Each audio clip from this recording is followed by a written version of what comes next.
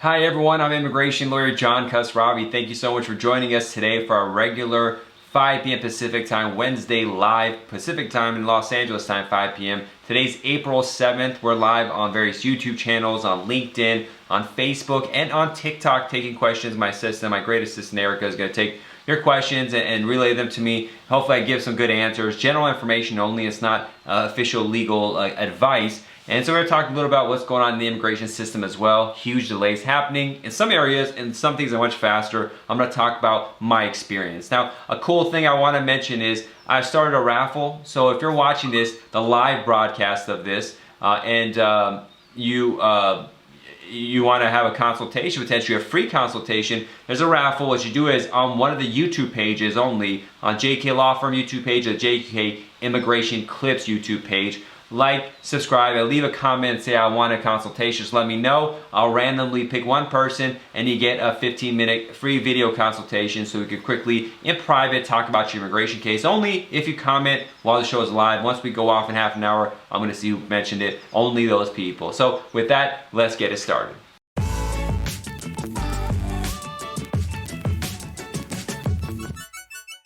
You know, what's the news? It's always a question. It's a big question. It's an important question. Why are things taking so long? How long is my case going to take?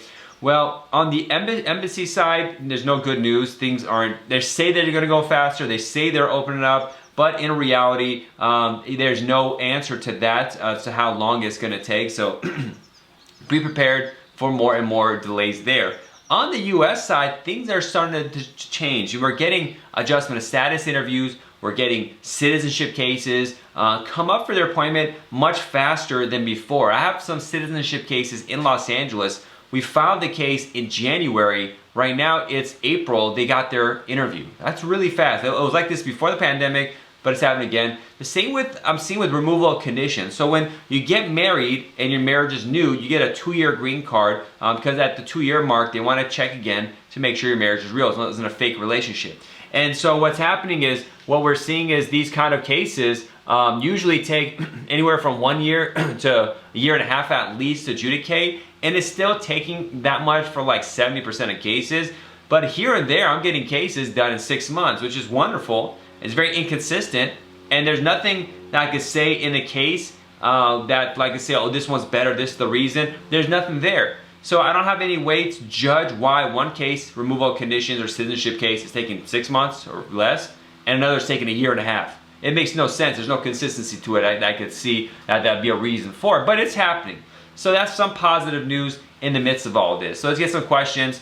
It's definitely me asked, hello, can I apply for a work permit on my own, or do I need an employer? So, you know, work permit it's a convoluted term. There's the employment authorization document in EAD, which says it gives you permission to work in the United States on a temporary basis. Then we have a green card based on work. And both of them eventually lead to giving you work. So a work permit or green card, there are ways for an employer to apply for you. There's the L1 visa, there's the H1B visa, there's a potential J1, O1. Some of them will allow you to somewhat be self-employed, most of them not. On the green card side, most of them require an employer too, unless you're a person of extraordinary ability or the work you've done and your success is based on, it's so good that it's in the national interest of the United States to allow you to come here and stay here and live your life here. So can you apply for work on your own or need an employer? It depends. It depends on, you know, if you're investing or what your background. It's not a question I could just answer in that. It may or may not. There's some people yes, some people no. Dodd says new immigration reform mentions siblings can't come and wait for their green cards in the U.S. if they have approved I-130. Would you suggest that now is the time to apply for siblings ASAP? Well, there's two parts to this question. Am I suggesting it's the time to apply?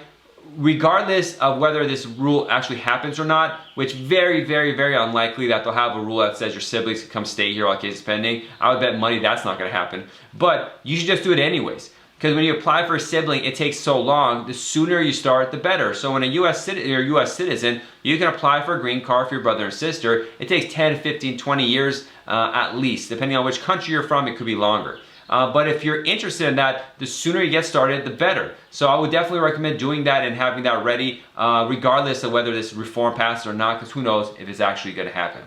Ahmad says, what is the difference between an immigrant visa and getting a green card? Well, that's a great question, Ahmad. Thank you for asking that question. So a green card is lawful permanent residency. It means the permission to live and work in the United States and eventually apply for citizenship. An immigrant visa is permission to enter the United States to have the green card issued to you. So if you're overseas and you have a green card case pending, eventually you do an embassy interview. You go and they talk with you in person.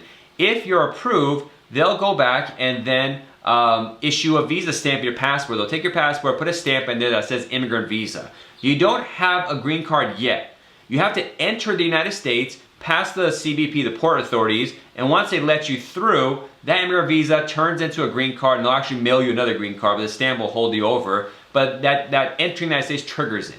So just because you have an immigrant visa doesn't mean you have a green card. And this issue popped up a lot with the travel ban. The travel ban said what Trump did, a lot of them would say, you have to have a green card to be able to enter the United States. If you have an immigrant visa, it won't work. So there are people who had gone to the embassy, were approved, got an immigrant visa stamp in their passport, and then they were trying to fly into the United States, but they couldn't any longer because there was a travel ban for people that don't have green cards. So because they had an immigrant visa, they had an approved case, but they hadn't entered the United States yet, they still have not gotten the green card, so they couldn't enter the United States. And have clients like this who are stuck outside right now, and the visa is expired, they have to have it reissued. It's been over a year. It's a massive issue, but that's a pretty full version of the answer of the difference between an immigrant visa and a regular visa.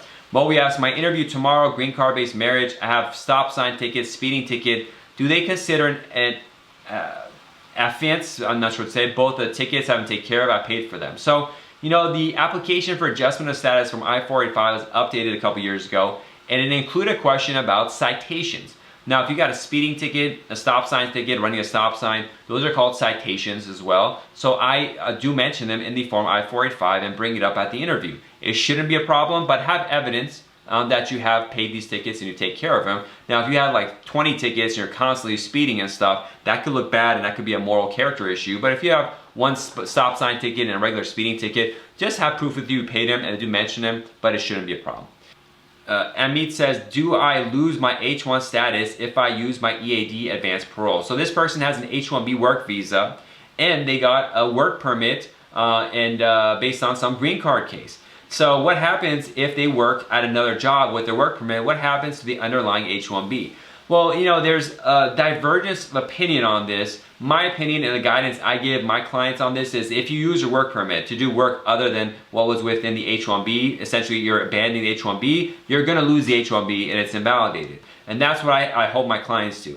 There's some lawyers that say, no, your employment authorization gives you the right to do both and you don't lose it. Typically, because you're eventually going to get a green card, it doesn't really matter. And so we don't have tests of how this actually works out. The problem would happen is if your green card case is denied and you have to go back to the H1 status, and then all of a sudden, like, what are you going to do? But that situation happens so rarely that we don't even see it. So there's no, we haven't seen it play out. But my advice is if you do use the work permit, whether you're on an H1B or student stuff, that you lose that underlying previous status if you do that.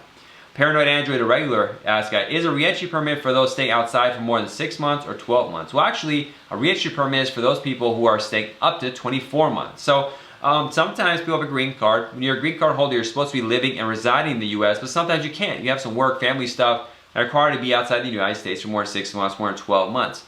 Well, you could request what's called a reentry permit. They sometimes call it colloquially a white passport, but it's a reentry permit. It's a little passport they give you. And it says beforehand that I may need to be outside the United States for an extended period of time. When I'm coming back to the United States, you show it at the airport or at the port of entry. They look at it, and they're more lenient on your absence. The first 1 or 2 times that you apply for it, you get up to 24 months. But if you keep doing it and you're outside the United States for such a long time, constantly out, then eventually they're going to lessen it to 1 year or maybe deny it and not giving it to you. But generally, if you think you're going to be out for more than 6 months, I recommend people always get it because the reality is, people go out sometimes, and I have this all the time with clients where they're like, oh, I'm just going to go out for 3 or 4 months, and then something like a pandemic happens, they're stuck outside. Now, the pandemic, there's a reason, but it might happen, they have a heart attack, God forbid. Or their family member, the parents get sick and they need to take care in the hospital. There's a court case that happened that keeps them there all of a sudden 6 months, a year and a half. So if you think you're going to be outside for even more than a couple months, it's always good to apply for the reentry permit to have that as a backup.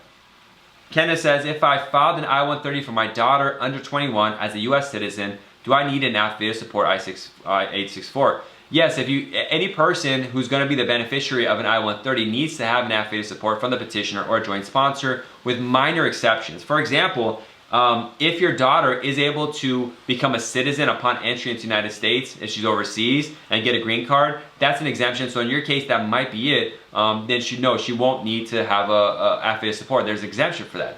The problem is they had updated the forms a couple years ago, and they took out this exception, and so it's not there in some of the paperwork. And then the embassies don't understand it because they took away the form to request the exemption. It's called I-864. I forgot. There's a special form to be exempt from the affidavit of support sponsorship. I have a case like this once a year. It's pretty rare, but it's a mess getting them to understand what the paperwork is, and USCIS deleting it. USCIS should be bringing back the forms on April 20th because they're redoing things, but it's a little bit of a mess. I need to review your personal case, Kenneth, to see exactly what the situation is, but it is possible that your daughter would not need that support if she's going to become a citizen upon coming to the United States to live with you. Whew, a lot of talking non-stop. I just realized for 30 minutes of talking with me. Hope you guys enjoyed it. We're here every Wednesday, 5 p.m. Pacific time, where we go over these questions. You pop up on YouTube, TikTok, Facebook pages, everywhere. And you catch us there on LinkedIn as well.